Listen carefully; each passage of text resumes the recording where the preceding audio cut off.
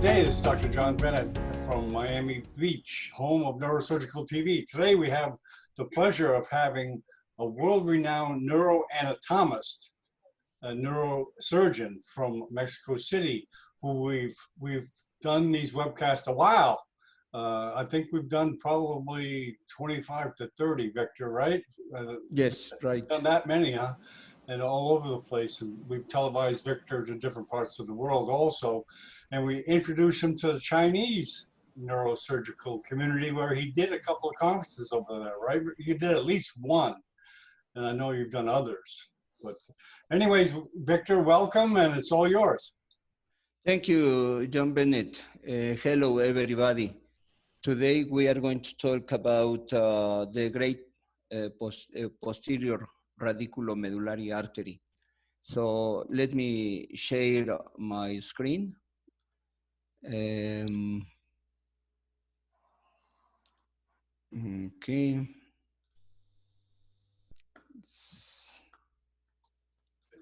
Yes, you can see it. Mm-hmm. Yeah, is it okay? Yeah, beautiful. Okay, okay. So I have been doing this job since almost 20 years ago. I began to inject brain arteries, and then after I was interested in research the spine arteries. So this work has been made in Mexico City, and this is one of some pictures about the vascularity of the spinal cord. This is really a nice picture. This is the posterior aspect of spinal cord. We can see these veins and very small arteries in this posterior part of the spinal cord. Albert Adamkiewicz is a very well-known physician that studied the spinal cord in these years. He did some studies in vascular anatomy, and Adamkiewicz injected arteries. Let me,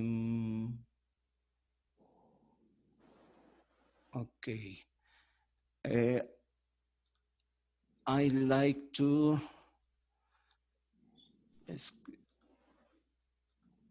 okay, it's okay. Adamkiewicz injected arteries and veins of the spinal cord.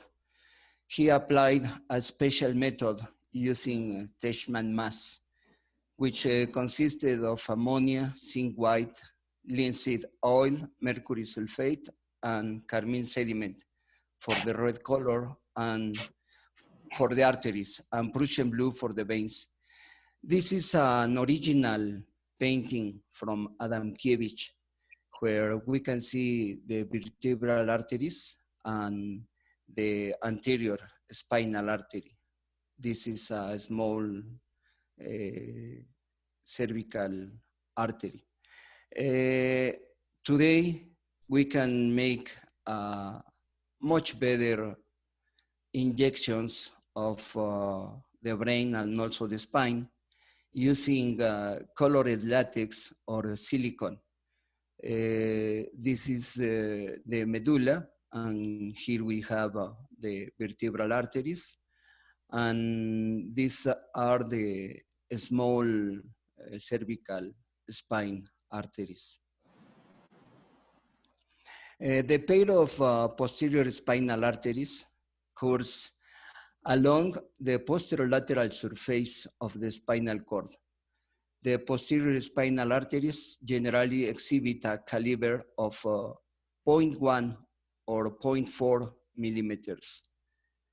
Here we have the origin of the superior posterior spinal arteries coming from vertebral arteries. This is a posterior aspect of cerebellum and spinal cord.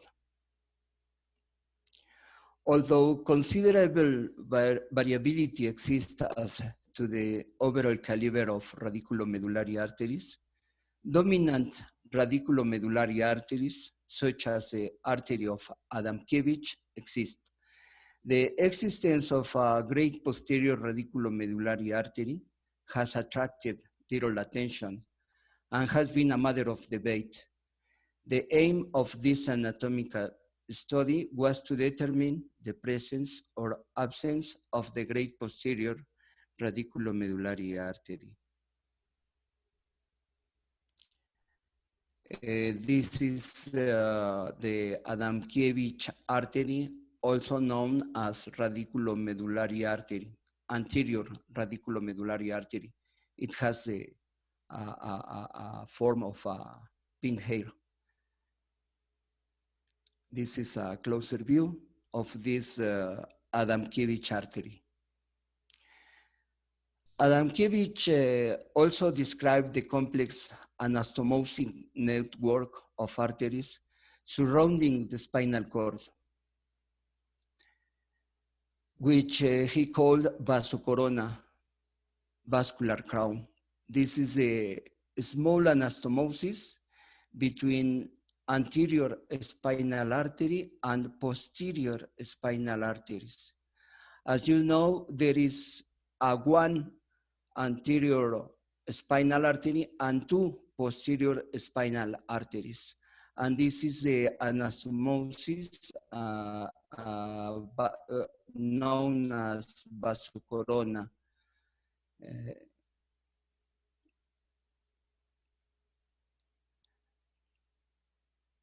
We performed microsurgical dissection on 50 formaldehyde fixed cadaveric human spinal cords. The artery of Adamkiewicz in the spinal cord specimens was injected with colored latex until the small caliber arterial vessels were filled and the great posterior radiculomedullary artery was identified. This is a picture of the Adamkiewicz artery. It's a very beautiful artery of the spinal cord. Understanding the basic vascular anatomy of the spinal cord is of utmost importance for imaging interpretation and endovascular and surgical management of spinal cord vascular malformations. This is the lower part of the spinal cord. We can see the anterior spinal artery, or the great anterior spinal artery, also known as Adamkiewicz artery. And this is the conus medullaris. This is the end of the spinal cord, where this artery divides in three small arteries. Two posterior spinal arteries. This is one in the right side, in the left side. And this artery is going to the ligamentum terminalis ligament. Advances in diagnostic and therapeutic interventions have led to a need for more detailed and specific understanding of the microvasculature of the spinal cord. In particular, attention to the anastomotic variations of the smaller caliber circulatory supply to the spinal cord allows tailored management of a specific patient. These are spinal nerves, the spinal cord.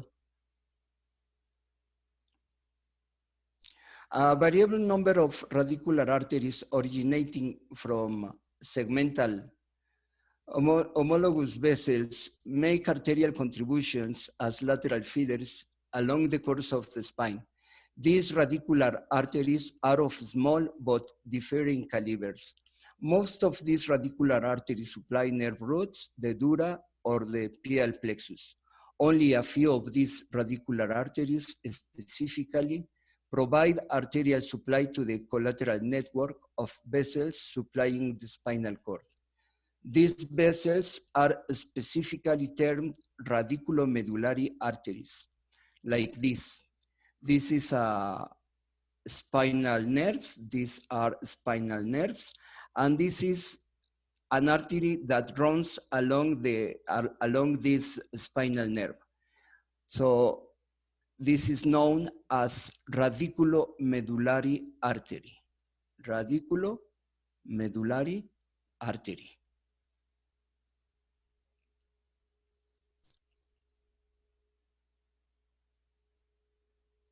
Here we have the anterior aspect of the spinal cord. This is the Adamkiewicz artery and a very small radiculomedullary artery. The collateral network established by the anterior and posterior radiculomedullary arteries aids in spinal cord perfusion by allowing the redundancy of an anastomotic network of vessels. In this sense, the anterior and posterolateral spinal arteries are not typical arteries. They are instead systems of longitudinal anastomosis connecting with ascending and descending radiculomedullary artery branches. This is another beautiful picture where we can see the lowest anterior spinal artery that we found in this research of 50 spinal cords. This artery is coming from L2 level in the left side. So here we have the lateral aspect of this spinal cord. This is the dentate ligament. And look at this. This Adamkiewicz artery is giving rise to two branches. This one is running in the anterior aspect of the spinal cord. And look at this. Here is the conus medullaris, and this artery divides in three arteries. This is one of them, known as posterior spinal artery. But as you can see, this posterior spinal artery is coming from the anterior spinal artery. So here we have one posterior spinal artery. These arteries that you can see in the nerves are also named radiculomedullary arteries, but they are very, very small. So in this specimen, we do not found a great posterior radiculomedullary artery. Instead, this posterior spinal artery is coming from the anterior spinal artery. The collateral, here is a closer view. The most important radiculomedullary artery is the arteria radicularis magna, otherwise known as the artery of Adamkiewicz. The artery of Adamkiewicz arises in the thoracolumbar region between T8 and L2 in 75% of patients and has a diameter of 0.5 to 1.2 millimeters. So this is also a very, very small artery. You can imagine an artery that measures 0.5 and to 1.2 millimeters. This is really, really a small artery, but the importance is very, very high. So in this study, we found these fissures in the left side, right side, and the spinal level where we found this artery coming from. The highest was in T3 and the lowest in L2. And the most frequent arising for this artery is T9 in the left side, 13 from them, and 10 in T8. But the most frequent, as I have told you, is T9, left side. The arterial supply to the posterior spinal arteries has attracted considerably less attention compared with the anterior spinal artery supply, because the posterior vessels are considerably smaller in diameter. They are difficult to identify on angiography, and very few studies have analyzed their lumbosacral anatomy in cadavers. This is a posterior aspect of the spine where we can find these very, very small arteries. This is in the posterior aspect of the lower part of the spinal cord. Look at this, they are very, very small, probably 0.1 millimeter. They are very, very small. The arterial radiculomedullary supply to the posterior spinal artery in the region of the Adamkiewicz often includes two dorsal feeders of similar caliber, generally 400, 500 millimeters. The existence of a great posterior radiculomedullary artery has been a matter of debate. The presence of such an artery corresponding with the great anterior spinal artery with a distinctly greater caliber than other posterior radiculomedullary arteries has been acknowledged by a few authors, but denied by others. Look at this. This is a very, very nice picture because it demonstrates the existence of this great posterior spinal radiculomedullary artery. This is this artery. This is a closer view.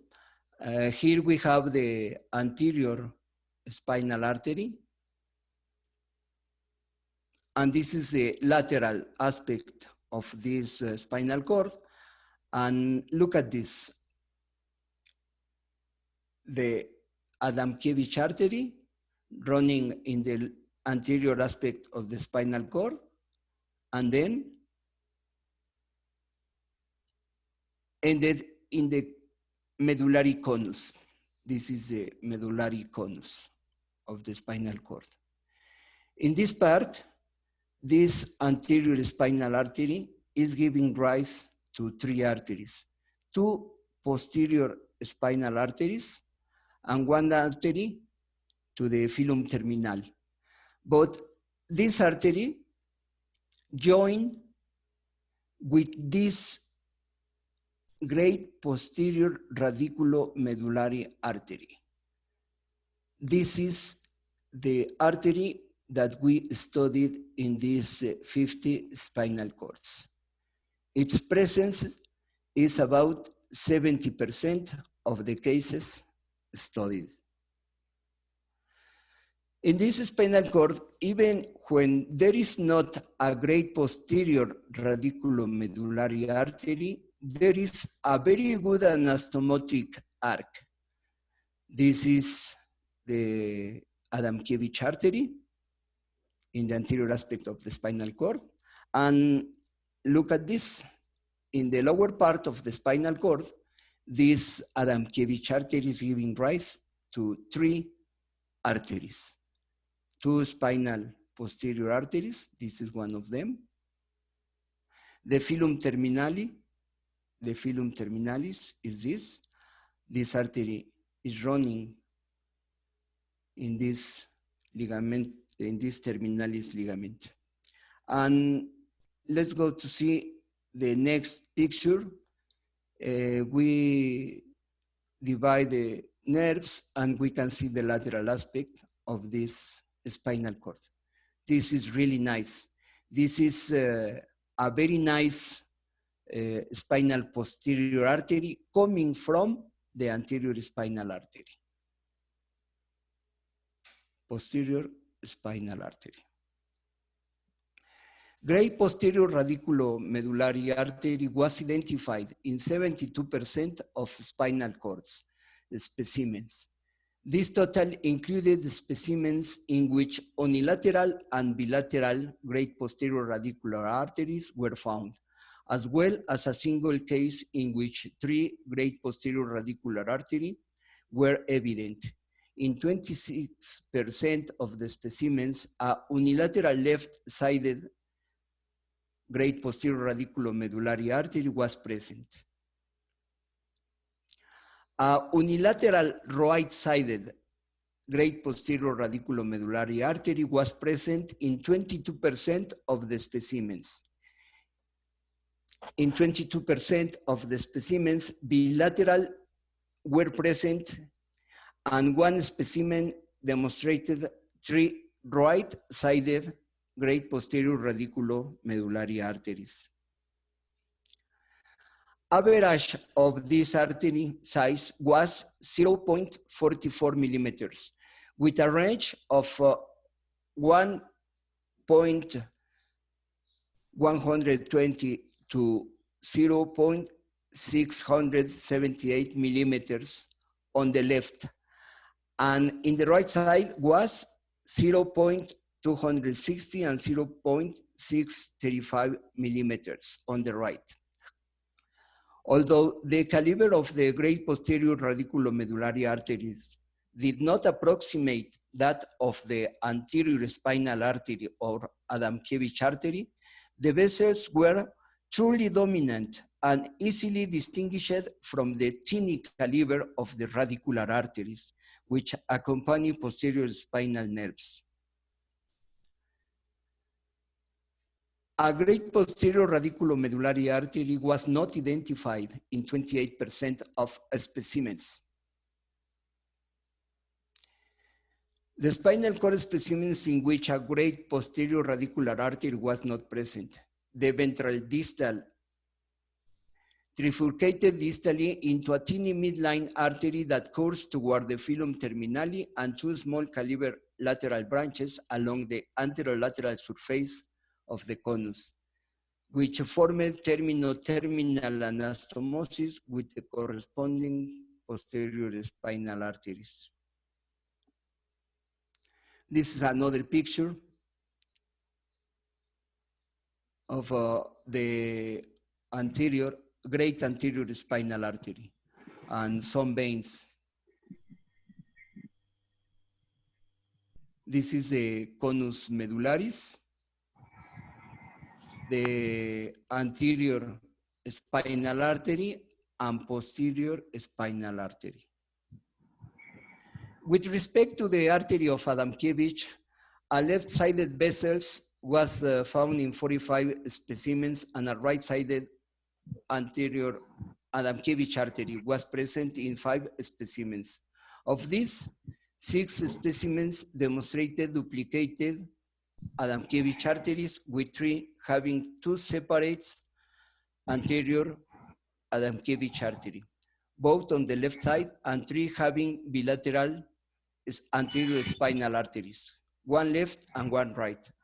Of the left side duplications, 2 cases demonstrated duplicated left-sided Adamkiewicz arteries at T8 and T12, and 1 case demonstrated duplicated T11 and T12 with left-sided origins.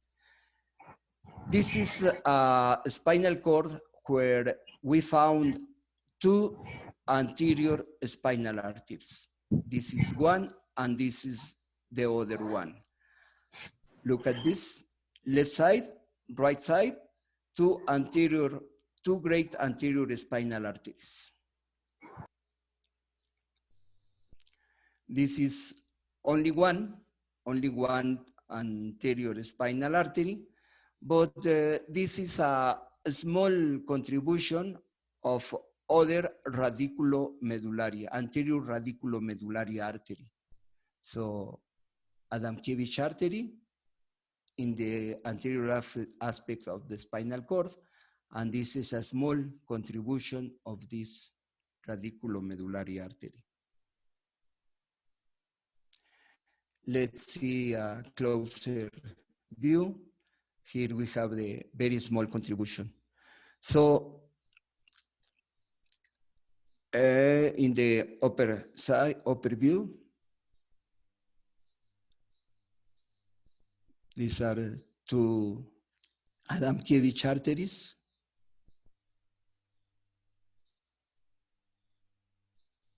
One, two, and this is the anterior spinal artery. A small contribution in the left side of this spinal cord. The bilateral duplications were present at T8 on the left and T12. T9 on the left and T10 on the right, and T11 on the left and T8 on the right. The Adamkiewicz artery most frequently originated on the left at the level of T9 in 13 specimens and at the level of T8 in 10 specimens.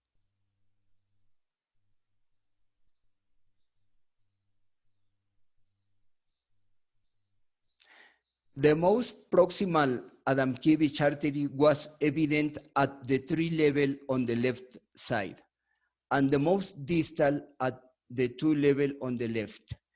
This is an spinal cord in the anterior aspect. Here we have the highest level, C1, C2, C3, 4, 5, 6, 7, and 8. This is the 8th spinal nerve, cervical spinal nerve. And this is T1, T2, and T3. Look at this. This is very, very interesting. This was the highest level on T3 of Adamkiewicz artery. The diameter of the Adamkiewicz artery was 0.82 millimeters, with the smallest caliber measuring 0.49 millimeters, and the largest measuring 1.22 millimeters. So another point is that when two Adamkiewicz arteries were present, the smallest caliber vessel measured 0.4 millimeters, and the largest measured 0.79 millimeters.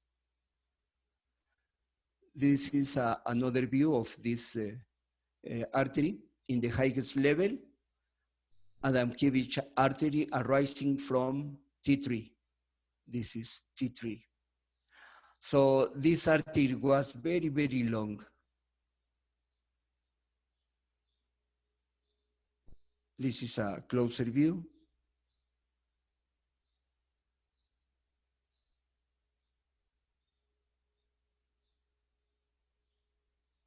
And this is the lowest level of the origin of Adamkiewicz artery. This is in left side in L2, in the second lumbar spinal nerve. This artery arises from there.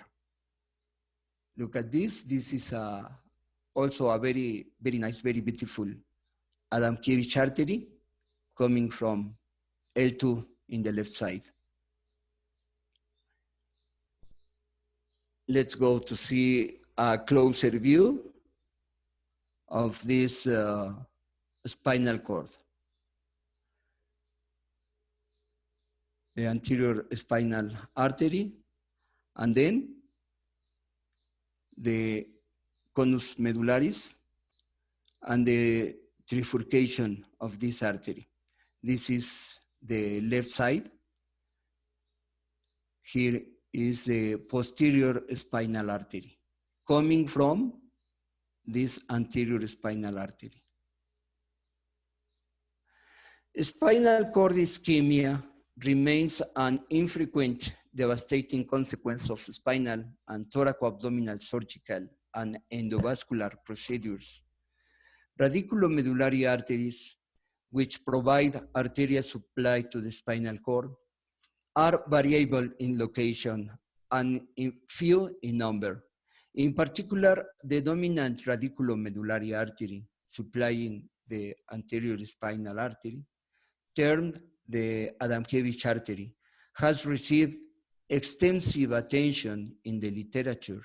However, the caliber of the anterior circulation with a usual anterior spinal diameter of 0.2 or 0.8 millimeters and an Adamkiewicz diameter of 0.5 to 1.0 millimeters allows these vessels to be reliably visualized via vivo imaging studies. Although the anatomy of the anterior spinal artery and its supplying branches is well studied and is currently well understood, the more complex configuration of the paired posterior spinal arteries has received much less attention, often yielding complicated, confusing, and at times discordant results. In particular, the smaller radiculomedullary arteries supplying the posterior spinal arteries have received scant attention. In part, the decreased attention stems from the smaller size of the posterior circulation branches, making them more difficult to detect and rendering them less consequential to ischemic deficits when occluded. The posterior spinal arteries are usually 0.1 to 0.4 millimeters in diameter, and the posterior radiculomedullary arteries are typically smaller. Thus, the posterior radiculomedullary arteries are rarely well depicted in vivo during spinal angiography.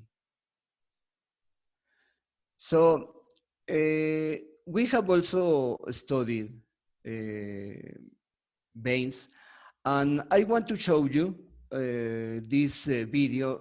Here you can see the posterior aspect of the spinal cord and these radiculomedullary arteries, posterior radiculomedullary arteries. One of these is known as Great Posterior Radiculomedullary Artery because of its caliber. So let me active this video.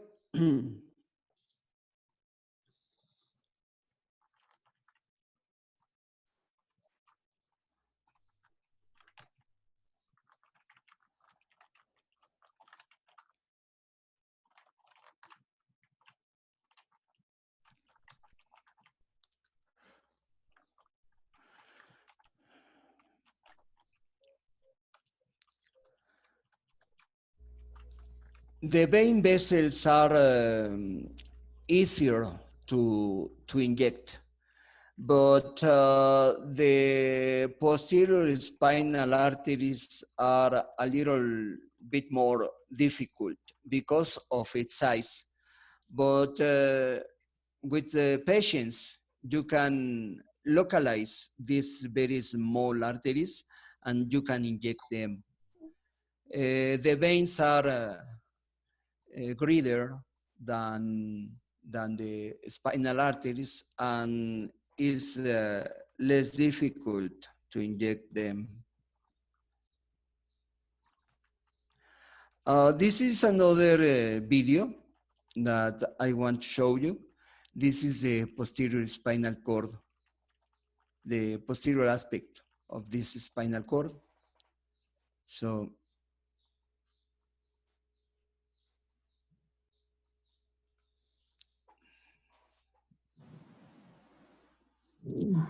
can you hear me, John?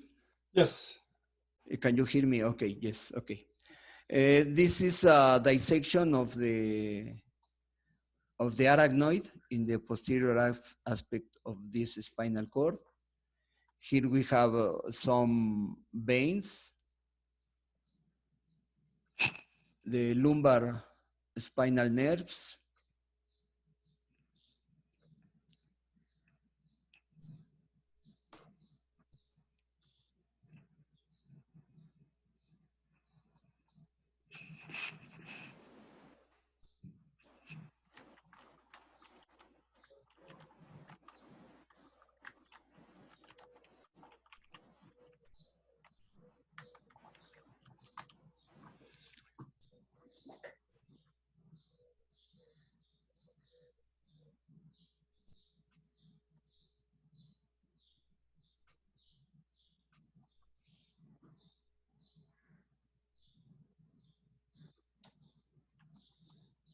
Here we are at the level of the medullary conus of the spinal cord. I think that one picture or one video says more than 1,000 words. So let me show you again. I like a lot this spinal cord.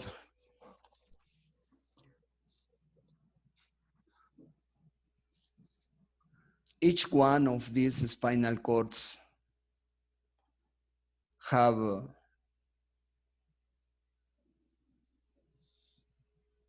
you can enjoy the beauty in every spinal cord.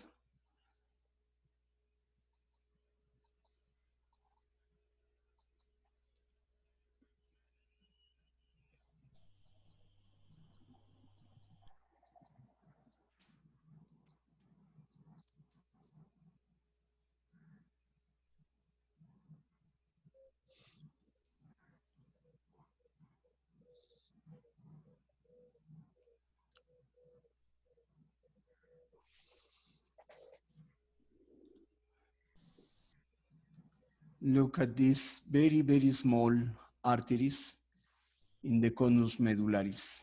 Very, very small arteries. But here, where can we see the great posterior radiculomedullary artery? Here, this is the origin. Look at this. The size of this compared with these very small arteries.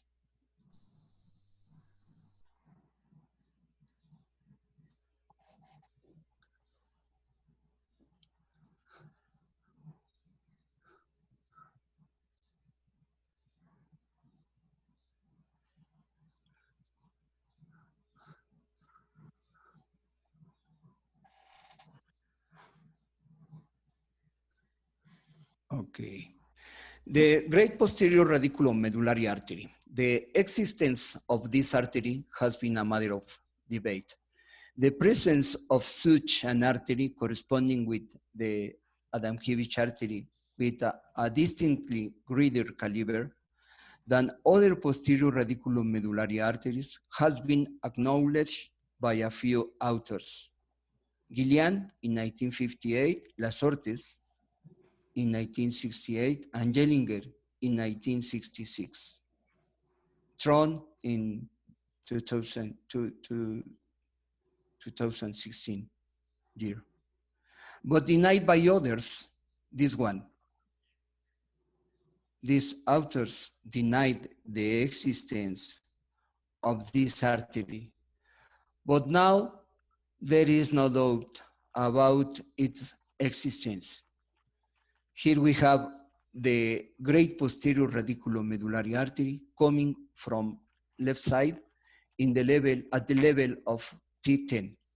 At the level of T10, we have this beautiful great posterior spinal artery. No doubt about its existence. No doubt about its existence.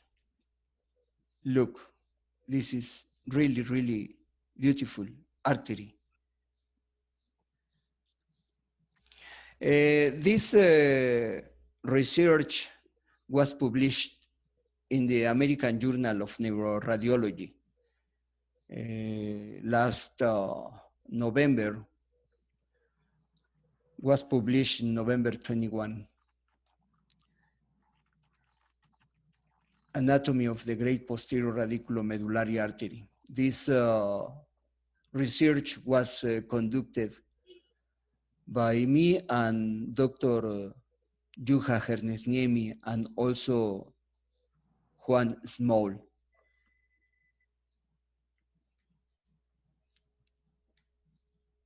So I think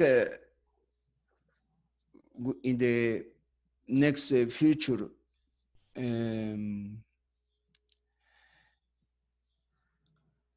we can talk about other features of the vascularization of the spinal cord, which is really, really beautiful.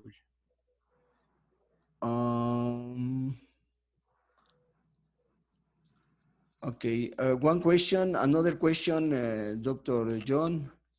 Yes. A question? Okay, yes. I'll take you off the screen share there. So yes. you can see, yeah, okay. Yes, okay, Victor, excellent. I'm sure a lot of people out there have not seen those illustrations. And I know when I first saw them, I was amazed. So, okay, we'll open up the panel for any questions or comments, or just to say hi to Victor. Hi, Victor. Hey, good. Yes. Good morning. Hello, how are you, dear? I'm very fine. I was listening your talk. Very excellent. Thank you so much. It's a very excellent point that you make, that you have a major vessel which is coming from posterior aspect also. How significant this will be in surgical research operations at that level, at conus level? Well, you know, when some or most of the times that we make surgery is in the posterior aspect of the spinal cord for tumors, some vascular lesions. So we should know that there is a very, very small artery, about 0.4 millimeter, 0.4, less than 1 millimeter, and we should respect this small artery. Most of the times, this artery is coming from the left side in the L1 or L2 spinal nerves. So the learning of this topic is to respect and this artery, because if you damage this artery in the surgical procedure, you could have an ischemic lesion of the lower part of the spinal cord. I think that is one important important finding from your work, because the demonstration of such an important artery, because most of our surgeries we operate from posterior aspect at cardiac tumors. Yes. So our dissection, that the moment we see this kind of an artery, because now we recollect, we see quite often an artery comes like this, but we do not know, but respect the artery as a whole.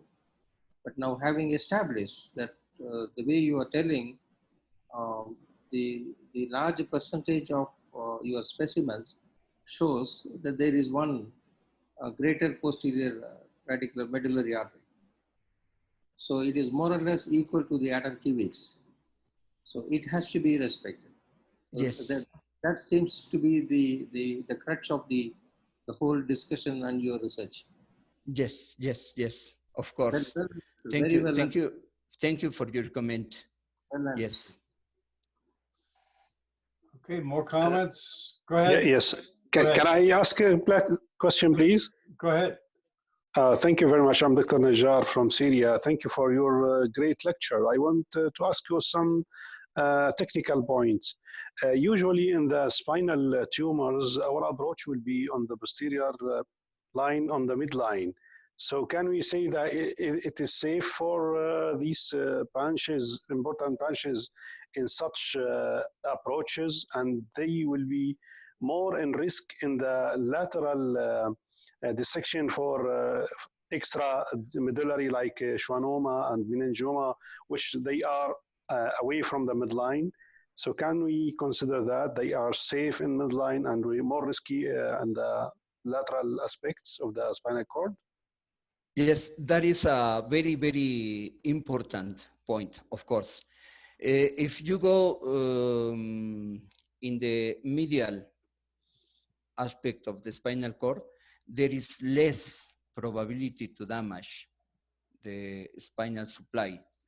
But if you go to the lateral aspect of the spinal cord, of course, you could have more problem with the supply of the spinal cord because the existence of this small artery. This is really, really small, but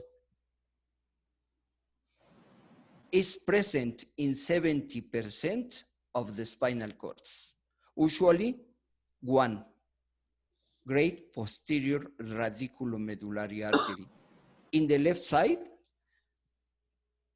in L1 or L2 spinal nerves. So I think this is the main importance of the knowledge of this posterior artery. So you are right. Okay, very good. More questions, comments, or someone just wanting to introduce yourself to Victor?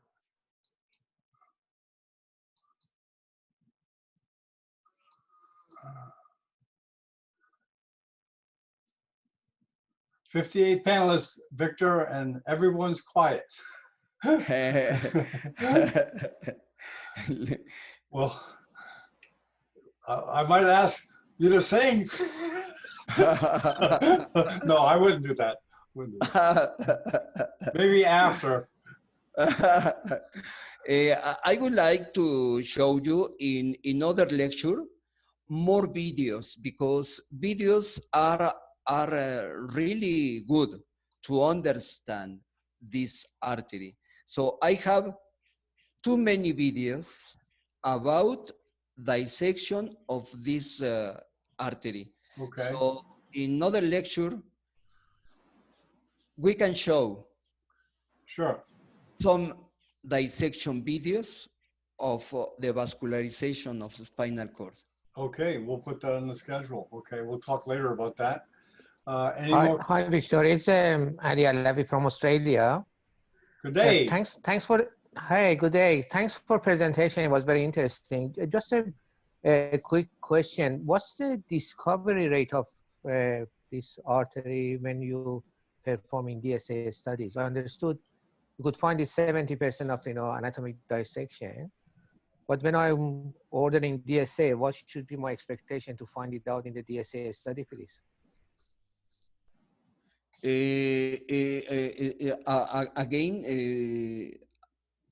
Again, please. Yeah, could you So, repeat, please? yeah. So my question is, this artery exists in 70% of the cases. Yes. But this 70% means when you're doing the anatomic dissection.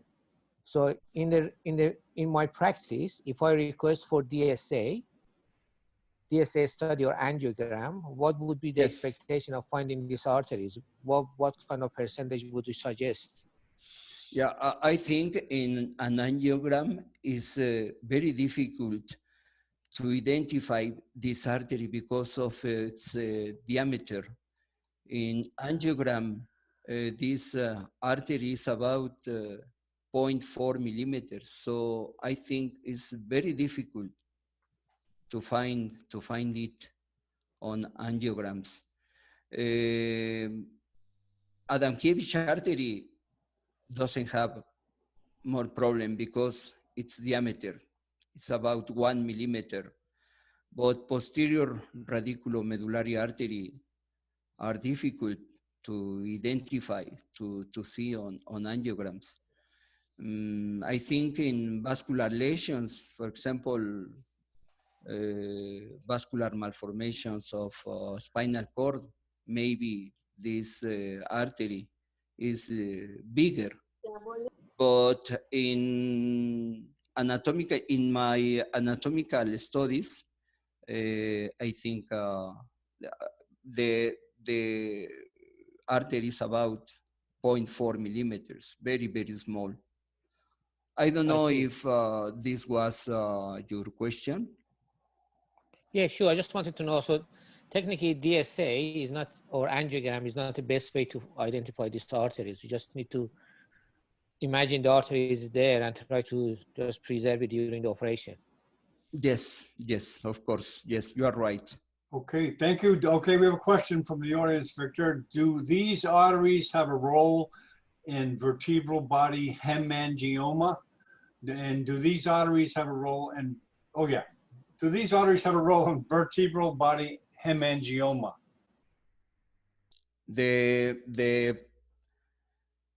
If this artery is involved in the hemangioma of the bone, Well, en qué parte esta arterias tiene una, ¿qué hace en una hemangioma de cuerpo de vertebral?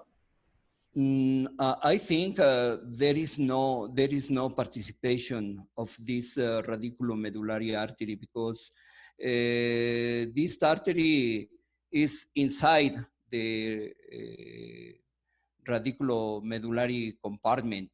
So this artery So they have no role. doesn't have a role Right. in the bone hemangioma. Okay, very good. Further questions or comments from anybody? Don't be afraid.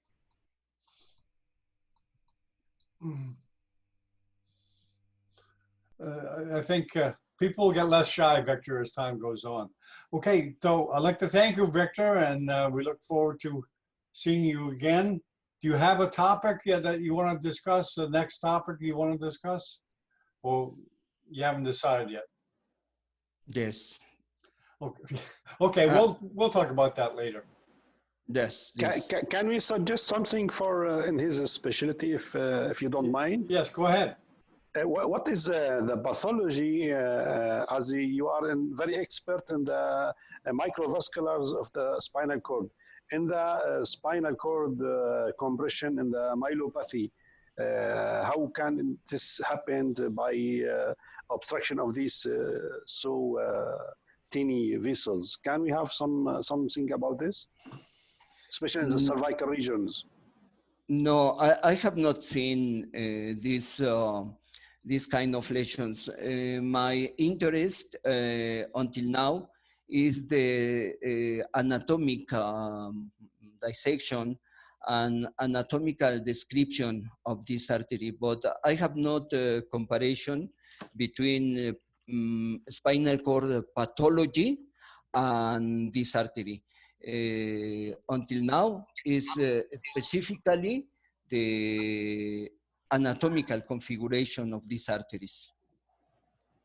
I have no experience in comparison these fissures with some pathology of the spinal cord, but of course it has obviously this artery has too much relation with vascular malformation and also tumors. Thank you. Okay, thank you for asking. Okay, more comments or questions from the panel, please?